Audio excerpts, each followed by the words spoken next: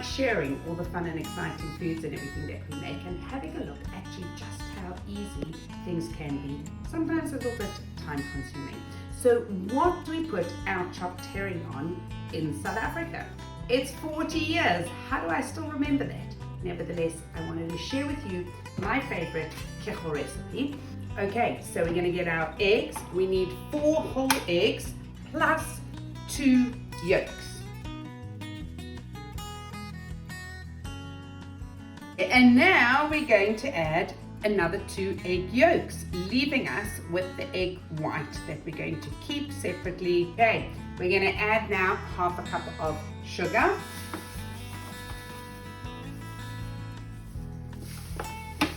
And we're going to add half a cup of oil, and we're going to leave that to beat for a few minutes until it's really looking nice and fluffy.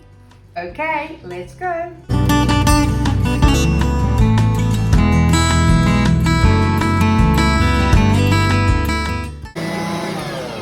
2 minutes of beating. Now what we're going to do is we're going to swap your beater or your cage beater,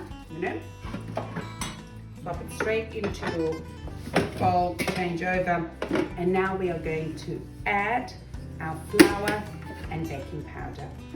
And that's as simple as it. We take plain white flour. Now I'm going to say to you, it is a little bit about, okay? Because we need 3 cups, but it's really a little bit more. We're going to have to check the consistency of our dough. So watch as we go, okay? So we're going to take here.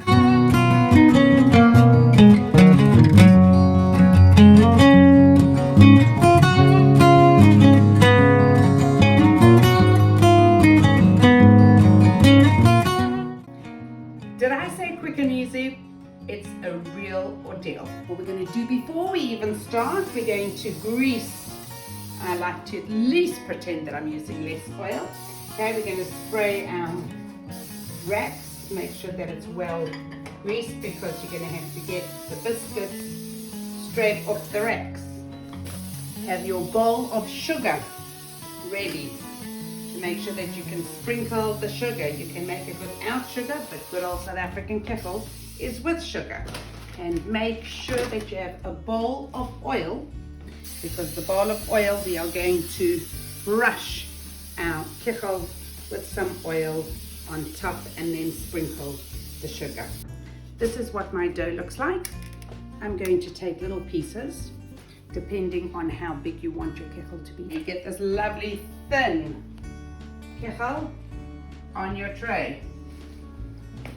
Okay, first tray, let's go. Now what we're going to do is we're going to take our oil, believe it or not, and we're going to brush every piece of Kichel quickly with the oil.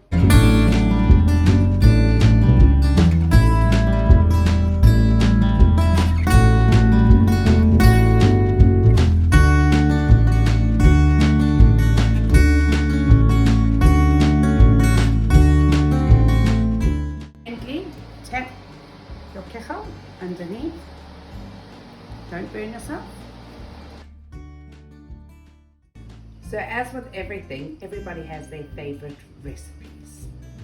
And depending on where you're from, you like it with sugar, without, crinkled or not, cut this way, cut that way.